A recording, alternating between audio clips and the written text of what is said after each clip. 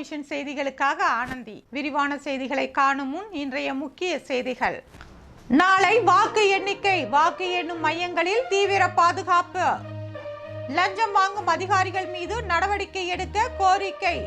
மாவட்ட ஆட்சியர் அலுவலகத்தை முற்றுகையிட முயன்றவர்களை குண்டுக்கட்டாக கைது செய்த போலீசார். நடுக்கடலில் படகு கவிழ்ந்து விபத்து, மாயமான மீனவரை தேடும் பணி தீவிரம்.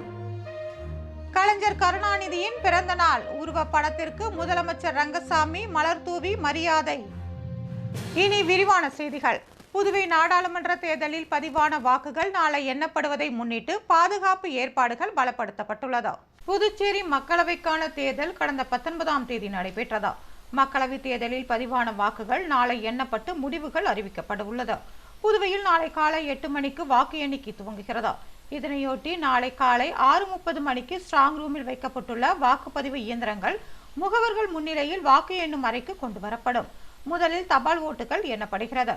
தொடர்ந்து ஒவ்வொரு தொகுதியாக பதிவான வாக்குகள் 3 சுற்றுகளாக எண்ணப்பட்டு முடிவுகள் அறிவிக்கப்பட உள்ளது. புதுச்சேரி மக்களவை தொகுதிக்கான முன்னணி நிலவரம் காலை 9 மணி முதல் தெரியவரும். இதில் தபால் வாக்குகளை எண்ணுவதற்காக 4 டேபிள்களும், புதுவையில் உள்ள 23 தொகுதிகளின் வாக்குகளை 3 கட்டங்களாக எண்ணுவதற்கு 94 டேபிள்கள் என மொத்தமாக 97 டேபிள்கள் வாக்கு எண்ணும் அறைகளில் போடப்பட்டுள்ளது. மாலை 7 மணிக்குள் அதிகாரப்பூர்வமாக தேர்தல் முடிவுகள் வெளியாகும். இந்த பணியில் வாக்கு எண்ணிக்கை கண்காணிப்பாளர், வாக்கு எண்ணிக்கை உதவியாளர், நுண் பார்வையாளர் மற்றும் உதவியாளர்கள் என மொத்தம் 1002 பேர் ஈடுபட உள்ளனர். இதேபோல பாதுகாப்பு பணியில் 800 போலீசார் ஈடுபட உள்ளனர். லஞ்சம் வாங்கும் அதிகாரிகள் மீது நடவடிக்கை எடுக்க கோரி சமூக அமைப்பினர் போராட்டத்தில் ஈடுபட்டதால் பரபரப்பு ஏற்பட்டது. புதுச்சேரி மாநிலத்தில் மாணவர்கள் பள்ளி கல்லூரிகளில் சேர்வதற்கு வருமான சான்றிதழ், இருப்பிட சான்றிதழ், சாதி சான்றிதழ் உள்ளிட்டவைகளை பெறுவதற்காக கிராம நிர்வாக அலுவலர், வருவாய் ஆய்வாளர் மற்றும் வட்டாட்சியர் அலுவலகங்களில் மனித தன்மை இல்லாமல் அலைக்கழிக்கப்படும் கொடுமையை கண்டித்தும், சான்றிதழ் பெற வருபவர்களிடம் தாசில்தார் உள்ளிட்ட வருவாய்த்துறை அதிகாரிகள் லஞ்சம் பெறுவதாக குற்றம் சாட்டியும் திராவிட விடுதலை கழகத்தினர் மற்றும் சமூக அமைப்பினர் 100க்கும் மேற்பட்டோர் மாவட்ட ஆட்சியரை முற்றுகையிட்டு போராட்டம் நடத்த முடிவு செய்தனர். அதன்படி இன்று காலை ஒன்று திரண்ட சமூக அமைப்பினரை போலீசார் தடுத்து நிறுத்தினர். ஆட்சியர் அலுவலகம் இருக்கும் வழுதாவூர் சாலையில் சமூக அமைப்பினர் இதனால் தர்ணா போராட்டத்தில் ஈடுபட்டனர். இதனால் அப்பகுதியில் சுமார் 1 மணி நேரத்திற்கு மேலாக போக்குவரத்து பாதிக்கப்பட்டது. மேலும் மக்களவை தேர்தலுக்கான வாக்கு எண்ணும் பணிக்காக மேலிட பார்வையாளர்கள் மாவட்ட ஆட்சியர் அலுவலகத்திற்கு வர இருக்கும் தகவல் கிடைத்தவுடன் போராட்டத்தில் ஈடுபட்டிருந்த போராட்டக்காரர்களை போலீசார் வலுக்கட்டாயமாக கைது செய்து இழுத்து வாகனத்தில் ஏற்றினர். இச்சம்பவத்தால் அங்கு பரபரப்பு ஏற்பட்டது.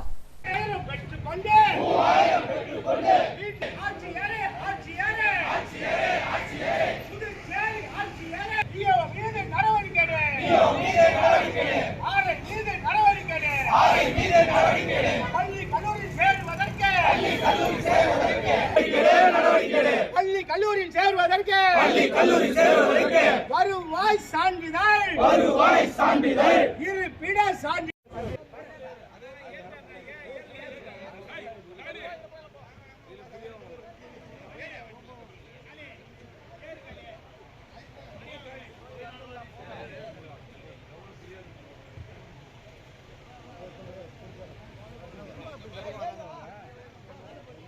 புதுவை அருகே நடுக்கடலில் படகு கவிழ்ந்த விபத்தில் மாயமான மீனவரை தேடும் பணி தீவிரமாக நடைபெற்று வருகிறது.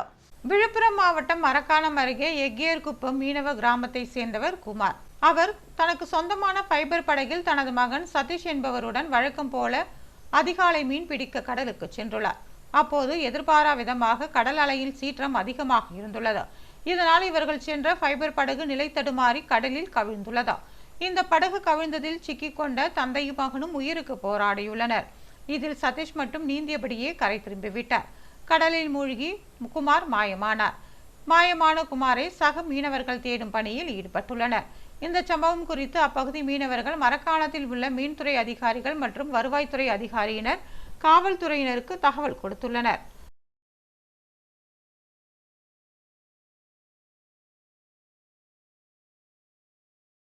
கலைஞர் கருணாநிதியின் பிறந்த நாளையொட்டி புதுச்சேரி சட்டசபையில் அலங்கரித்து வைக்கப்பட்டிருந்த அவரது உருவப்படத்திற்கு முதலமைச்சர் ரங்கசாமி மலர் தூவி மரியாதை செலுத்தினார்.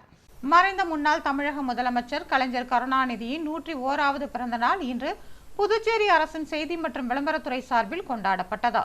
இதனையொட்டி புதுச்சேரி சட்டசபையில் அலங்கரித்து வைக்கப்பட்டிருந்த அவரது உருவப்படத்திற்கு அரசு சார்பில் முதலமைச்சர் ரங்கசாமி, சபாநாயகர் செல்வம், அமைச்சர் லட்சுமி நாராயணன், சட்டமன்ற எதிர்க்கட்சித் தலைவர் சிவா தலைமையில் திமுக சட்டமன்ற உறுப்பினர்கள் மற்றும் கட்சியினர் கலைஞர் கருணாநிதியின் படத்திற்கு மலர் தூவி மரியாதை செலுத்தினர்.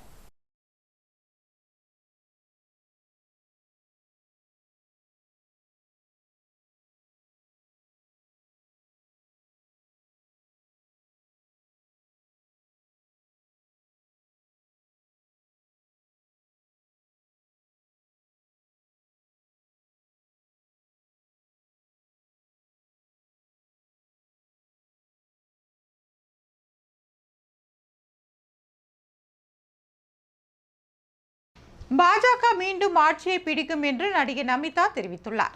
புதுச்சேரி அபிஷேகப்பாக்கம் கிராமத்தில் ஒரு தனியார் ரெசார்ட் திறப்பு விழாவில் நடிகர் நமிதா பங்கேற்றார். இதனை அடுத்து அவர் செய்தியாளர்களை சந்தித்தார்.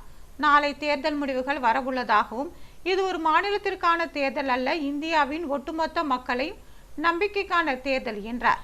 கடந்த 2019ஆம் ஆண்டு தான் பாஜகவில் சேர்ந்தபோது தவறான முடிவு எடுத்ததாக பலரும் தெரிவித்ததாகவும், ஆனால் தான் சரியான முடிவு எடுத்ததாக உறுதியாக நம்பியதாகவும், தற்போது நாடு நல்ல முன்னேற்றத்திற்கு சென்றுள்ளதோ அதனால் தான் பாஜகவில் சேர்ந்ததாக கூறினார். இன்னும் நமது நாடு முன்னேற போவதாகவும், பாஜக தான் மீண்டும் ஆட்சிக்கு வரும், வேறு வழியில்லை என்றும் அவர் தெரிவித்தார்.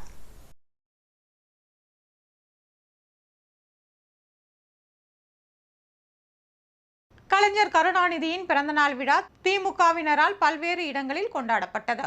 புதுச்சேரி முத்தியால்பேட்டை தொகுதி திமுக சார்பில் கலைஞர் கருணாநிதியின் நூற்றாண்டு விழா மாநில அமைப்பாளர் சிவா தலைமையில் நடைபெற்றது.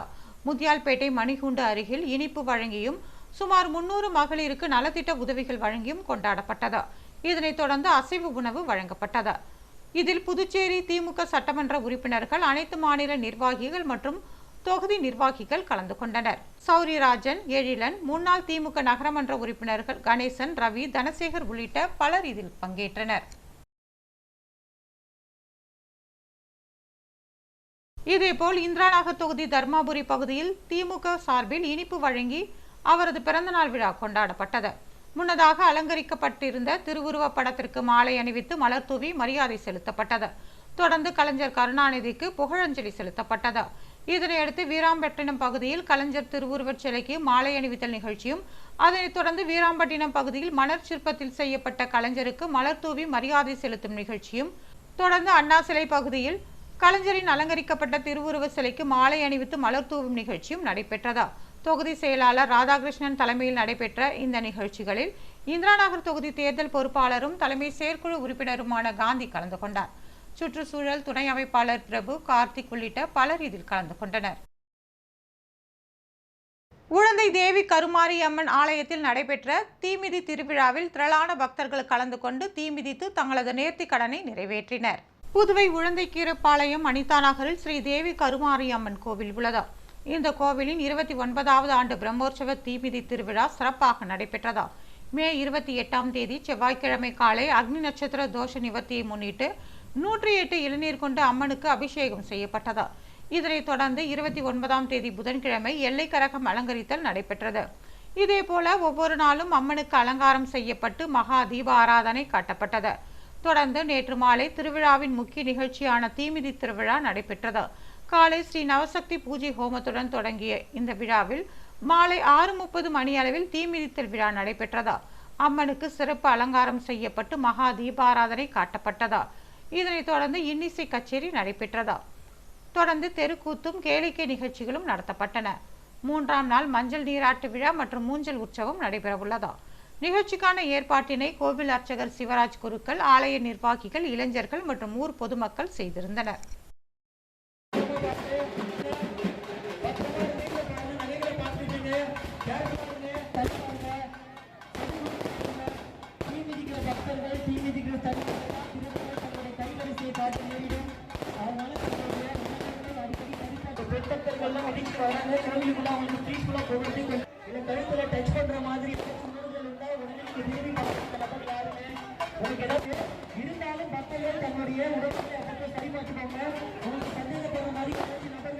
புதுவை ஷார்ட்ஸ் ஃபுட்பால் போட்டியில் வெற்றி பெற்ற அணிகளுக்கு பரிசுகள் வழங்கப்பட்டது.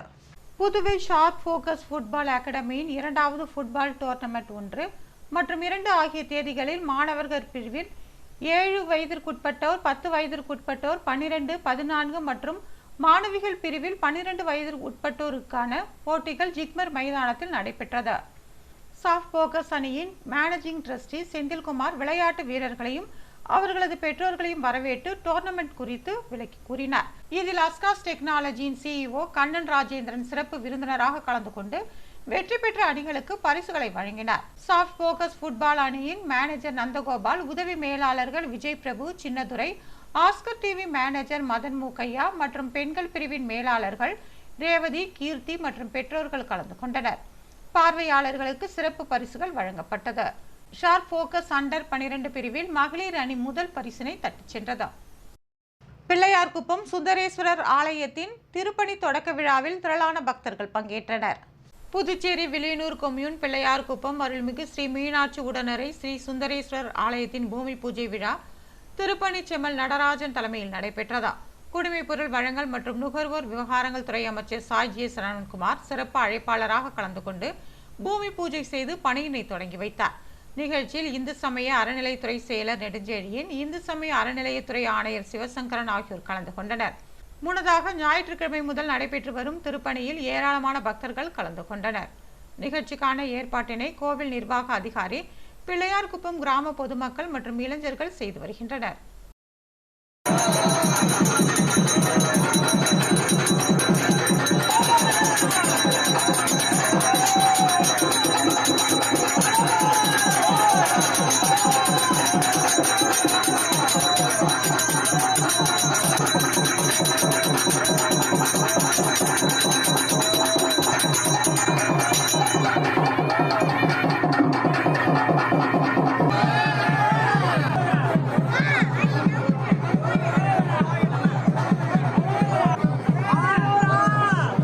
நெல்லித்தோப்பு மகரிஷி யோகாலய ஆண்டு விழாவில் ஏராளமானோர் பங்கேற்றனர். புதுவை நெல்லித்தோப்பில் புதுவை ஸ்ரீ மகரிஷி யோகாலயத்தின் 12ஆம் ஆண்டு விழா மற்றும் கோடைகால சிறப்பு முகாமின் நிறைவு விழா நடைபெற்றது. மாநில யோகா ஆசிரியர்கள் முன்னேற்ற சங்க தலைவர் கஜேந்திரன் தலைமை தாங்கினார். ஓவிய ஆசிரியர் இளமுருகன் வரவேற்புரையாற்றினார். புதுவை ஸ்ரீ மகரிஷி யோகாலய நிறுவனர் இளங்கோவன் முன்னிலை வகித்தார். சிறப்பு விருந்தினராக பொதுப்பணித்துறையின் முன்னாள் போர்மேன் ஞானசேகர், கலைமாமணி நல்லாசிரியர் கிருஷ்ணன், கலைமாமணி வேல்முருகன், சமூக ஆர்வலர் உதயசூரியன் ஆகியோர் கலந்து கொண்டு மாணவர்களுக்கு நினைவு பரிசுகளை வழங்கினர். யோகா ஆசிரியர் சிவகோவிந்த், பொதுப்பணித்துறை மனோகரன், எழிலன், கிரீன் கலாம் மைய தலைவர் அந்தோணிசாமி உள்ளிட்ட பலர் இதில் கலந்து கொண்டனர்.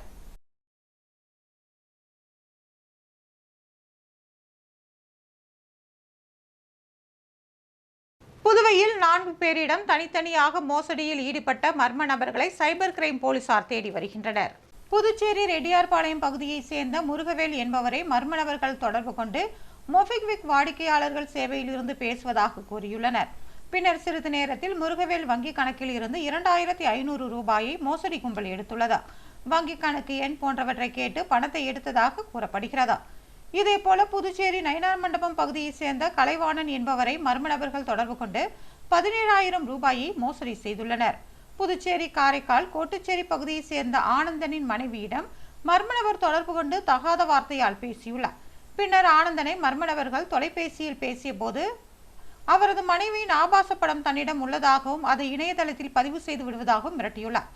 இதேபோல புதுச்சேரி தொண்டமானத்தம் பகுதியைச் சேர்ந்த செம்சன் என்பவர் லோன் ஆப் மூலம் பெற்ற லோனை முழுமையாக அடைத்துள்ளார். ஆனால் மர்ம நபர் ஒருவர் அவரை தொடர்பு கொண்டு கூடுதல் பணம் கட்ட வேண்டும் என்று மிரட்டியுள்ளார். மேலும் அவரது புகைப்படத்தை மார்பிங் செய்து அவரது தொலைபேசியில் உள்ள அனைத்து எண்களுக்கும் அனுப்பி மிரட்டியுள்ளார். இதில் பாதிக்கப்பட்ட 4 பேரும் தனித்தனியாக புதுச்சேரி சைபர் கிரைம் காவல் நிலையத்தில் புகார் அளித்துள்ளனர். அதன் அடிப்படையில் சைபர் கிரைம் போலீசார் வழக்கு பதிவு செய்து மர்ம நபர்களை தேடி வருகின்றனர். புதுவையில் இன்றைய தங்கம் மற்றும் வெள்ளி விலை விவரம். தங்கம் 1 கிராம் 6,610 ரூபாய். ஒரு சவரன் தங்கம் 52,880 ரூபாய். வெள்ளி 10 கிராம் 943 ரூபாய். மீண்டும் இன்றைய முக்கிய செய்திகள். நாளை வாக்கு எண்ணிக்கை, வாக்கு எண்ணும் மையங்களில் தீவிர பாதுகாப்பு. லஞ்சம் வாங்கும் அதிகாரிகள் மீது நடவடிக்கை எடுக்க கோரிக்கை. மாவட்ட ஆட்சியர் அலுவலகத்தை முற்றுகையிட முயன்றவர்களை குண்டுக்கட்டாக கைது செய்த போலீசார். நடுக்கடலில் படகு கவிழ்ந்து விபத்து, மாயமான மீனவரை தேடும் பணி தீவிரம். கலைஞர் கருணாநிதியின் பிறந்த நாள் உருவப்படத்திற்கு முதலமைச்சர் ரங்கசாமி மலர் தூவி மரியாதை. இத்துடன் செய்திகள் நிறைவு பெறுகிறது. வணக்கம்.